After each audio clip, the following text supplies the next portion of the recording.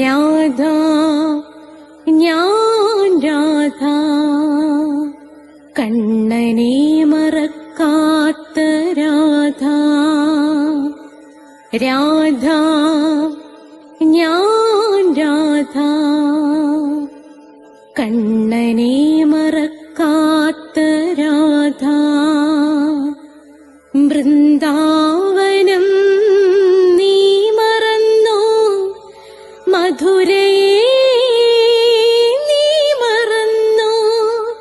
വൃന്ദാവനം നീ മറന്നോ, മധുരയെ നീ മറന്നോ. രാധയെ നീ മറന്നോ, കണ്ണാ പൈക്കളെ നീ മറന്നോ. രാധയെ നീ മറന്നോ, കണ്ണാ പൈക്കളെ നീ മറന്നോ. രാധ രാധ രാധ രാധ, മറന്നിട്ടും മറക്കാത്ത രാധ, മറന്നിട്ടും മറക്കാത്ത രാധ. രാധേ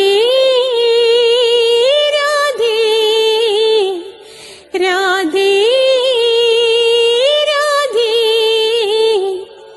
മറന്നിട്ടും മറക്കാത്ത രാധ, മറന്നിട്ടും മറക്കാത്ത രാധ.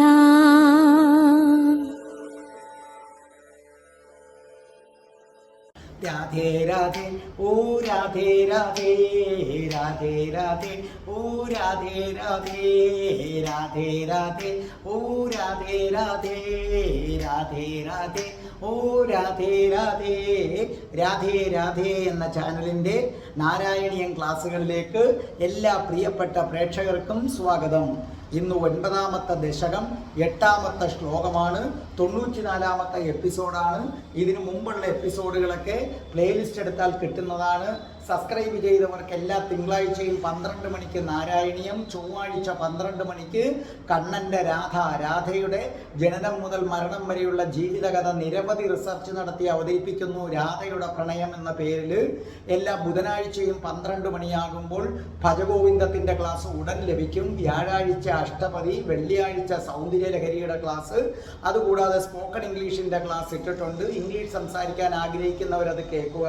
എൻ്റെ അടുത്ത് നേരിട്ട് വന്ന് പഠിക്കാൻ ആഗ്രഹിക്കുന്നവർ, ഞാൻ കൊല്ലത്താണ്, 30 ദിവസം കൊണ്ട് ഇംഗ്ലീഷ് സംസാരിക്കും, ഇല്ലെങ്കിൽ ഫുൾ എമൗണ്ടും തിരിച്ചു തരുമെന്നതാണ് എൻ്റെ രീതി.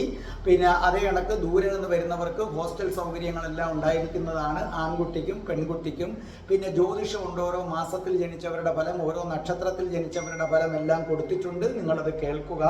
അതേ കണക്ക് ജ്യോതിഷപരമായി എന്തെങ്കിലും സംശയം ഉണ്ടെങ്കിൽ ഡിസ്ക്രിപ്ഷൻ ബോക്സിൽ എൻ്റെ നമ്പറുണ്ട്, 9645333999 ആണ്. അതിലേക്ക് നിങ്ങൾ വിളിക്കുകയോ വാട്സപ്പ് ചെയ്യുകയോ ചെയ്താൽ മതി, തികച്ചും സൗജന്യമായിരിക്കും. പ്ലേലിസ്റ്റ് എടുത്താൽ അഷ്ടാവക്ര ഗീതയുണ്ട്, കേൾക്കുക. അതേ കണക്ക് തന്നെ പ്ലേലിസ്റ്റ് എടുത്ത് കഴിയുമ്പോൾ നിങ്ങൾക്ക് ഹിന്ദുക്കൾ അറിയേണ്ടവ, അതിലെ എല്ലാ വീഡിയോയും നിങ്ങൾ കാണണം. പിന്നെ ഹിന്ദുക്കൾ അറിയേണ്ടവ, നമ്മൾ സന്ദർശിക്കേണ്ട ക്ഷേത്രങ്ങളും അതിനെക്കുറിച്ചുള്ള ഫുൾ ഡീറ്റെയിൽസും. അതേ കണക്ക് തന്നെയാണ് രാധികാ കവചൻ 2 ഉണ്ട്, 2 എണ്ണവും ഞാൻ പഠിപ്പിച്ചിട്ടുണ്ട്. അതുകൂടാതെ രാധാ സഹസ്രനാമം ഉണ്ട്, രാധാ സഹസ്രനാമം വരികൾ ഉൾപ്പെടെയും ഇല്ലാതെയും. അതേ കണക്ക് രാധാ മാനസതന്ത്രം എന്ന അത്ഭുത മന്ത്രം അൽബ പാടിയിട്ടിട്ടുണ്ട്, മറ്റത് കൃഷ്ണപ്രിയയാണ് പാടിയിട്ടിരിക്കുന്നത്. അതേപോലെ കൃഷ്ണൻ്റെ പുനരവതാരമായ ശ്രീബുദ്ധൻ്റെ ജനനം മുതൽ മരണം വരെയുള്ള ജീവിത കഥ അതിനകത്ത് കൊടുത്തിട്ടുണ്ട്, നിങ്ങൾ കേൾക്കുക.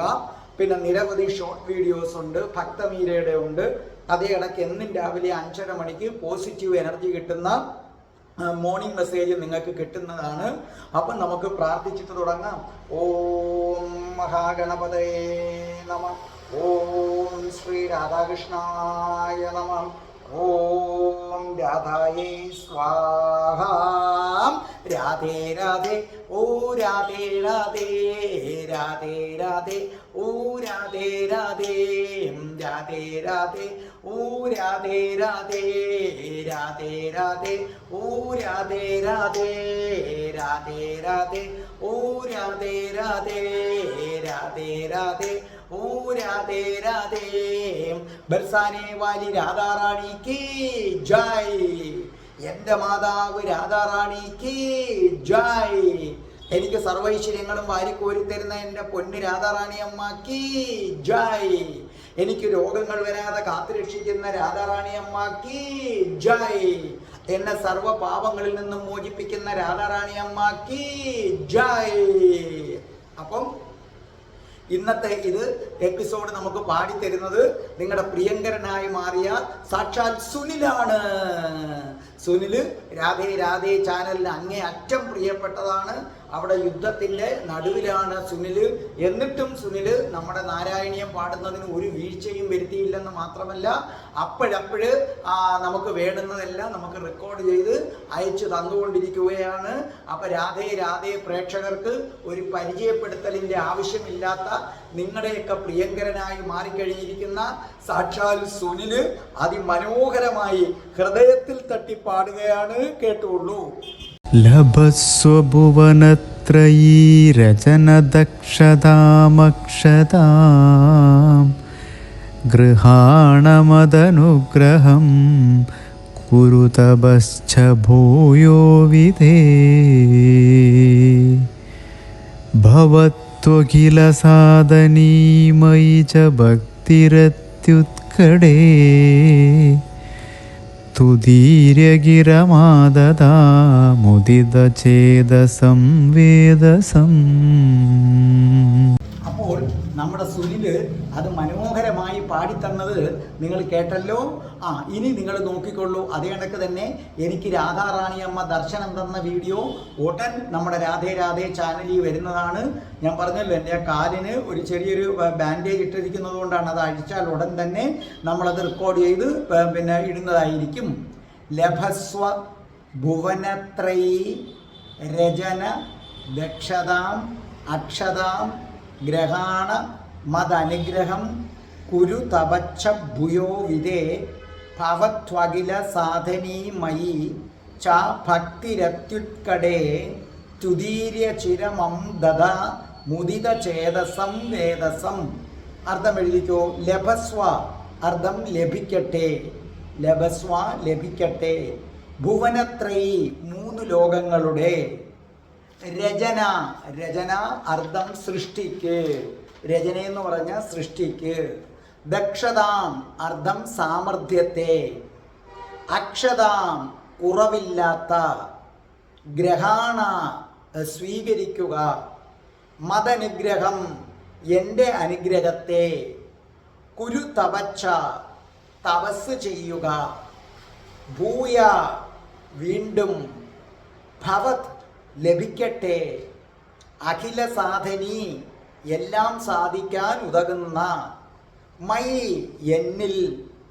ഭക്തിരത്യുൽക്കടേ വർദ്ധിച്ച ഭക്തി, അതായത് തീവ്രമായ ഭക്തി എന്നർത്ഥം. തുദീര്യ അതിൻ്റെ അർത്ഥം എന്ന് പറഞ്ഞിട്ട്. ഗിരമാധത വാക്കുകളെ കൊണ്ട്. മുദിത ചേതസം എന്നെന്നും സന്തോഷിക്കുന്ന മനസ്സുള്ളവനായി. എന്നെന്നും സന്തോഷിക്കുന്ന മനസ്സുള്ളവനായി. വേദസം അർത്ഥം ബ്രഹ്മാവിനെ. വേദസം ബ്രഹ്മാവിനെ. അപ്പം എന്താ പറഞ്ഞിരിക്കുന്നത്? ഹേ ബ്രഹ്മാവേ മൂന്ന് ലോകങ്ങളുടെയും നിർമ്മിതിയിൽ. ഹേ ബ്രഹ്മാവേ മൂന്ന് ലോകങ്ങളുടെയും നിർമ്മിതിയിൽ അപാരമായ സാമർഥ്യം ഉണ്ടാകട്ടെ. ഭഗവാൻ ശ്രീകൃഷ്ണൻ മഹാവിഷ്ണു പ്രത്യക്ഷപ്പെട്ട് ബ്രഹ്മാവിനെ അനുഗ്രഹിക്കുകയാണ്. ഹേ ബ്രഹ്മാവേ അങ്ങേക്ക് മൂന്ന് ലോകങ്ങളുടെയും നിർമ്മിതിയിൽ അപാരമായ സാമർഥ്യം ഉണ്ടാകട്ടെ.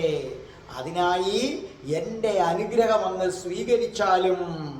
നോക്കൂ ബ്രഹ്മാവേ, അത് യാതൊരു കുറവും കുറ്റവുമില്ലാതെ ചെയ്യുന്നതിനു വേണ്ടി വീണ്ടും അങ്ങ് തപസ് ചെയ്യുക.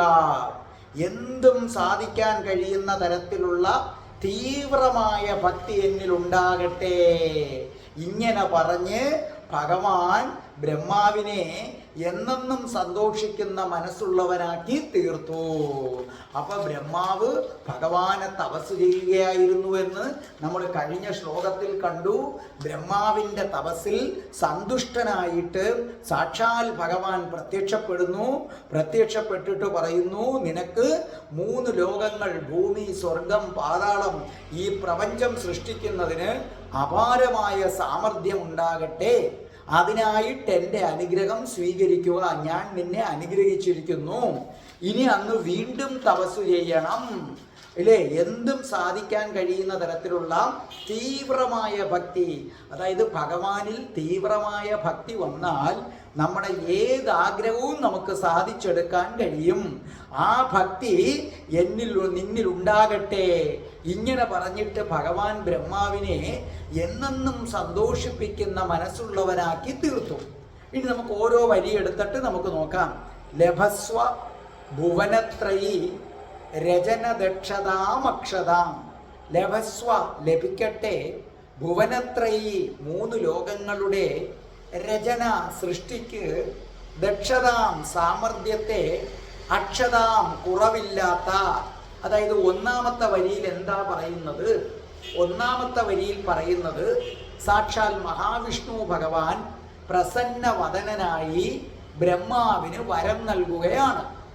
ആദ്യം തന്നെ 3 ലോകങ്ങളും സൃഷ്ടിക്കാനുള്ള കഴിവ് നിനക്കുണ്ടാകട്ടെ എന്ന് ഭഗവാൻ അങ്ങ് അനുഗ്രഹിക്കുകയാണ്. ഹേ ബ്രഹ്മാവേ, ഈ പ്രപഞ്ചം സൃഷ്ടിക്കാനുള്ള, ഭൂമിയും സ്വർഗവും പാതാളവും എല്ലാം സൃഷ്ടിക്കാനുള്ള ആ കഴിവ് നിനക്കുണ്ടാകട്ടെ എന്നങ്ങ് ആദ്യമേ അനുഗ്രഹിക്കുകയാണ്. കാരണം ബ്രഹ്മാവിൻ്റെ തപസ്സിൽ ഭഗവാൻ അത്രമേൽ സന്തുഷ്ടനായി. അതുമാത്രവുമല്ല, ഈ പ്രപഞ്ച സൃഷ്ടി ഭഗവാനും ആഗ്രഹിക്കുന്നതാണ്. അതിനു വേണ്ടി ഒരാൾ വേണം. അതിനാണ് ഈ ബ്രഹ്മാവിനെ തന്നെ സൃഷ്ടിച്ചത്. അപ്പൊ പ്രപഞ്ച സൃഷ്ടി സത്യത്തിൽ ബ്രഹ്മാവിൻ്റെ മാത്രം ആവശ്യമല്ല, അത് ഭഗവാന്റെയും കൂടെ ഒരാഗ്രഹമാണ്. ആ പ്രപഞ്ചം എല്ലാം തികഞ്ഞതാകണം എന്ന് ഭഗവാനും ആഗ്രഹിക്കുന്നു.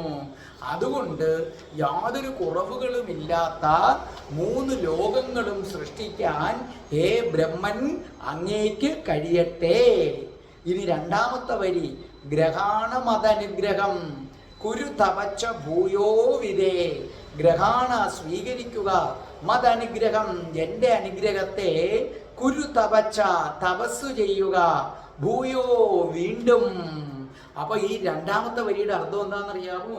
രണ്ടാമത്തെ വരിയിൽ ഭഗവാൻ ബ്രഹ്മാവ് ചോദിക്കാത്ത ഒരു അനുഗ്രഹം കൂടി കൊടുക്കുകയാണ്. രണ്ടാമത്തെ വരിയിൽ ഭഗവാൻ ബ്രഹ്മാവ് ഇങ്ങോട്ട് ചോദിക്കാത്ത ഒരു അനുഗ്രഹം കൂടി കൊടുത്തു. അതായത് 3 ലോകങ്ങളും നിർമ്മിക്കാൻ അനുഗ്രഹിക്കണേ. ഈ ഒരു വരത്തിനു വേണ്ടിയാണ് ബ്രഹ്മാവ് തപസ്സു ചെയ്തത്.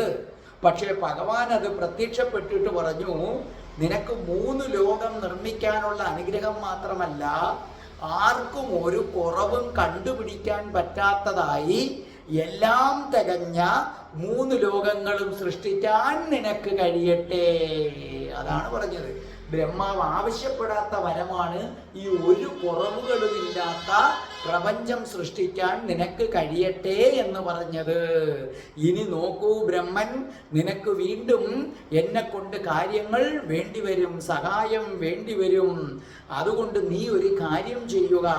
അതിതീവ്രമായ ഭക്തി നിനക്ക് എന്നിലുണ്ടായാൽ നീ വിചാരിക്കുന്നതെല്ലാം നടക്കും. ആ തീവ്ര ഭക്തി ഉണ്ടാകാൻ വേണ്ടി നീ വീണ്ടും തപസ് ചെയ്യൂ എന്ന് ഉപദേശിക്കുകയും അതിനുവേണ്ടി ബ്രഹ്മാവിനെ അനുഗ്രഹിക്കുകയും ചെയ്തു.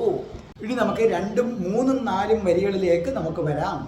ഭവത്വഖില സാധനീമയി ച ഭക്തിരത്യുൽക്കടേ തുധീര്യ ചിരമാദധ മുദിത ചേതസം വേദസം. ഇല്ലേ? ഭവത, ലഭിക്കട്ടെ, അഖില സാധിനി, എല്ലാം സാധിക്കാൻ ഉതകുന്ന, മയി, എന്നിൽ, ഭക്തിരത്യുൽക്കടേ, അതിതീവ്രമായ ഭക്തിയെ, തുതീര്യ എന്ന് പറഞ്ഞിട്ട് ഗിരമാതഥ വാക്കുകളെ കൊണ്ട് ഉദിത ചേതസം എന്നെന്നും സന്തോഷിക്കുന്ന മനസ്സുള്ളവനായി വേദസം ബ്രഹ്മാവ്, അതായത് നമ്മൾ നേരത്തെ തന്നെ കണ്ടു ഭഗവാൻ മഹാവിഷ്ണു സാക്ഷാൽ ശ്രീകൃഷ്ണ ഭഗവാൻ ബ്രഹ്മാവിന് അനുഗ്രഹം കൊടുക്കുകയാണ്. നിനക്ക് ഈ 3 ലോകങ്ങളും കുറ്റമറ്റതായി സൃഷ്ടിക്കാനുള്ള കഴിവ് ഉണ്ടാകട്ടെ. അതോടൊപ്പം തന്നെ നീ വീണ്ടും തപസ് ചെയ്യണം. അങ്ങനെ തപസ് ചെയ്യുന്നതോടുകൂടി നിനക്ക് എന്നിലുള്ള ഭക്തി അതിതീവ്രമായി വർദ്ധിക്കും. അങ്ങനെ വർദ്ധിച്ചു കഴിഞ്ഞാൽ പിന്നെ നിനക്ക് സാധിക്കാൻ കഴിയാത്തതായി ഒന്നുമില്ല. പക്ഷേ നിനക്ക് അങ്ങനെ തപസ് ചെയ്യണമെങ്കിലും എൻ്റെ അനുഗ്രഹം വേണം. ആ തപസ് ഏകാഗ്രമായി പൂർത്തിയാക്കാൻ എൻ്റെ അനുഗ്രഹം വേണം. ആ അനുഗ്രഹം ഞാനിതാ നൽകുന്നു. അപ്പോൾ ഇവിടെ ശരിക്കും ഭഗവാൻ ബ്രഹ്മാവിനെ അനുഗ്രഹിച്ചു. സത്യത്തിൽ ഈ അനുഗ്രഹത്തിൽ നിന്ന് ഒരുപാട് പാഠങ്ങൾ നമുക്ക് പഠിക്കാനായിട്ടുണ്ട്. ഈ ഒരു വരിയിൽ നിന്ന് രാധേ രാധേ ചാനൽ കാണുന്നവർക്ക് ഒരു വലിയ പാഠം പഠിക്കാനുണ്ട്. അതായത് ഓരോ വ്യക്തിക്കും ഓരോ കർത്തവ്യമുണ്ട്. ഇപ്പം നമ്മുടെ ബ്രഹ്മാവിൻ്റെ കർത്തവ്യം 3 ലോകങ്ങൾ സൃഷ്ടിക്കുക. അതുപോലെ ഈ പ്രപഞ്ചത്തിൽ ജനിക്കുന്ന ഓരോ വ്യക്തിക്കും ഒരു കർത്തവ്യമുണ്ട്. നമ്മൾ പ്രപഞ്ചത്തിനോട് ചെയ്യേണ്ട കർത്തവ്യമുണ്ട്, നമ്മൾ മാതാപിതാക്കളോട് ചെയ്യേണ്ട കർത്തവ്യങ്ങളുണ്ട്, അല്ലാതെ ഈ ഭൂമിയോട് ചെയ്യേണ്ട കർത്തവ്യങ്ങളുണ്ട്. അപ്പോൾ ഓരോ മനുഷ്യനും അവന് ചെയ്തു തീർക്കേണ്ട കർത്തവ്യമുണ്ട്. അത് കൃത്യമായി ചെയ്തു തീർക്കുന്നവന് മാത്രമാണ് മോക്ഷം കിട്ടുന്നത്. നമ്മളാകട്ടെ അതൊന്നും ചെയ്യാതെ ഇങ്ങനെ നമുക്കിഷ്ടമുള്ള ചില കാര്യങ്ങളൊക്കെ ചെയ്ത് ജീവിതം ഒടുക്കും. ജനന മരണ ചക്രങ്ങളിൽ പെട്ട് നമ്മളിങ്ങനെ കറങ്ങിക്കൊണ്ടേയിരിക്കും. നമ്മളെ സംബന്ധിച്ചിടത്തോളം, ഭൂമിയിലെ മനുഷ്യനെ സംബന്ധിച്ചിടത്തോളം കർത്തവ്യം എന്ന് പറഞ്ഞാൽ സ്വന്തം അച്ഛനെയും അമ്മയെയും നോക്കുക, ഭാര്യയെ മക്കളെ നോക്കുക. ഇതാണ് അവൻ്റെ കർത്തവ്യം. ഇതിനപ്പുറം മാറി പ്രപഞ്ചത്തിനോടൊരു കടമയുണ്ട്, ഭൂമിയോടൊരു കടമയുണ്ട്, പിന്നെ അവൻ താമസിക്കുന്ന സമൂഹത്തോടൊരു കടമയുണ്ട്. ഇതെന്താണെന്നൊന്നും അവൻ അറിയുക പോലും ഇല്ല. അപ്പോൾ ഈ അറിവ് കിട്ടണമെങ്കിൽ, അതായത് നമ്മുടെ കർത്തവ്യം എന്ത്, ഞാൻ ഈ ഭൂമിയിൽ എന്തിനു വന്നു, അപ്പൊ എനിക്ക് എന്തൊക്കെ കർത്തവ്യങ്ങൾ ചെയ്താൽ എനിക്ക് മോക്ഷത്തിലേക്ക് വരാം, അത് വ്യക്തമായി അറിയണമെങ്കിൽ തപസ്സുകൊണ്ടേ പറ്റൂ എന്നാണ് ഈ വരിയിൽ പറയുന്നത്. അതെന്താണെന്ന് വ്യക്തമായിട്ട് അറിയണമെങ്കിൽ തപസ്സുകൊണ്ട് മാത്രമേ പറ്റൂ. ഭഗവാനിൽ മനസ്സുറപ്പിച്ച് തപസ് ചെയ്ത് കഴിയുമ്പോൾ ഈ ദിലീപ് എന്ന ഞാനും ഇത് കേട്ടുകൊണ്ടിരിക്കുന്ന ഒരു ഭാനുമതി അമ്മയാണെങ്കിൽ ഭാനുമതി അമ്മ എന്ന ആ അമ്മയും നമുക്കെല്ലാം ഒരു കർത്തവ്യമുണ്ട്. അതെന്താണെന്ന് അറിയണമെങ്കിൽ തപസ് ചെയ്താലേ പറ്റൂ. തപസ് ചെയ്യുമ്പോൾ അത് നല്ല വ്യക്തമായി തെളിഞ്ഞു വരും. ഇനി ആ തപസ് യാതൊരു തടസ്സങ്ങളും ഇല്ലാതെ പൂർത്തിയാക്കണമെങ്കിലോ ഭഗവാന്റെ അനുഗ്രഹം വേണം. ഭഗവാന്റെ അനുഗ്രഹമില്ലാതെ തപസ് ചെയ്യാൻ പോയാൽ അത് പൂർത്തിയാകില്ല.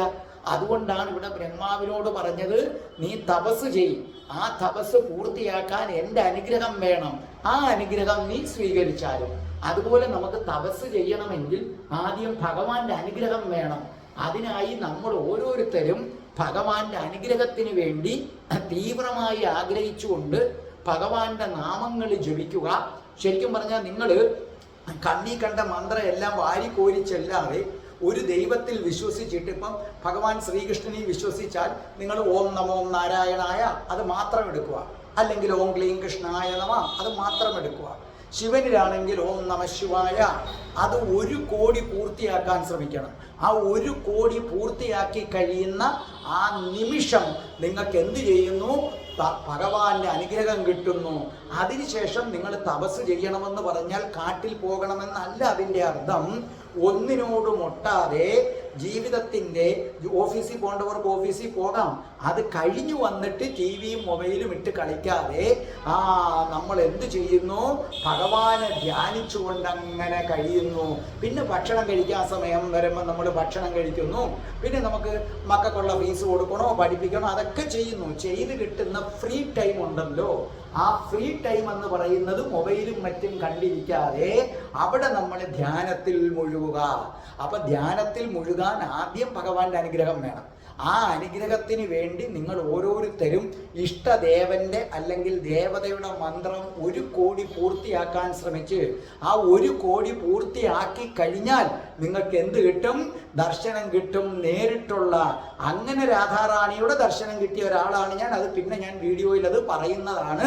അപ്പൊ ഇന്നു മുതൽ രാധേ രാധേ ചാനൽ കാണുന്നവര് ഒരു ദിവസം എടുത്ത് 10,000 പേരുടെ മന്ത്രം ചൊല്ലാതെ മറ്റുള്ളവരെയൊക്കെ മനസ്സുകൊണ്ടൊന്ന് സ്മരിച്ച് അവരുടെ ഒരു മന്ത്രം ചൊല്ലിക്കുമോ? നിങ്ങൾ അവരുടെ ഒരു മന്ത്രം ഒരു ഓട്ടപ്രദക്ഷിണത്തിന് ചൊല്ലിയിട്ട് നിങ്ങളുടെ ഇഷ്ടദേവന്റെ മൂലമന്ത്രം, അല്ലാതെ ആ ദേവന്റെ തന്നെ ഇപ്പൊ നിങ്ങൾക്ക് ഓം നമോ നാരായണ, അതിന് പകരം പിന്നെ അതിൻ്റെ മറ്റേ നാമം ചൊല്ലി, ഈ നാമം ചൊല്ലി, ഹരിനാമ കീർത്തനം ചൊല്ലി, അത്രയും സമയമുണ്ടെങ്കിൽ നിങ്ങൾക്ക് ഒരു മന്ത്രം 1 കോടിയിൽ എത്താൻ പറ്റും.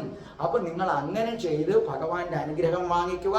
എന്നിട്ട് മനസ്സ് കിട്ടുന്ന ഫ്രീ ടൈമിൽ ഏകാഗ്രമാക്കി ഭഗവാനെ ധ്യാനിക്കുക. അപ്പൊ നിങ്ങൾക്ക് ചെയ്യേണ്ട കർത്തവ്യം തെളിഞ്ഞു വരും.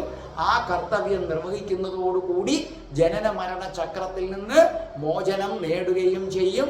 അങ്ങനെ വരുമ്പം പിന്നെ ഇനി മക്കള്, ഭാര്യ, പിന്നെ ഏതെങ്കിലും ഒരു സ്ത്രീയുടെ ഗർഭപാത്രത്തിൽ പോയി വീണിട്ട് പിന്നെ അവരെ അമ്മ, അതിന് കാരണക്കാരനായവനെ അച്ഛൻ, വീണ്ടും വീണ്ടും ഈ ചക്രത്തിൽ കറങ്ങാതെ നിങ്ങൾ രക്ഷപ്പെടൂ, നിങ്ങൾ രക്ഷപ്പെടൂ, നിങ്ങൾ രക്ഷപ്പെടൂ. രാധേ രാധേ, ഓ രാധേ രാധേ, രാധേ രാധേ, ഓ രാധേ രാധേ, രാധേ രാധേ, ഓ രാധേ രാധേ, രാധേ രാധേ, ഓ രാധേ രാധേ, രാധേ രാധേ, ഓ രാധേ രാധേ, രാധേ രാധേ, ഓ രാധേ രാധേ. ഓം ശ്രീം ഹ്രീം ക്ലീം ഐം രം രാസേശ്വരി രാധികായേ സ്വാഹ.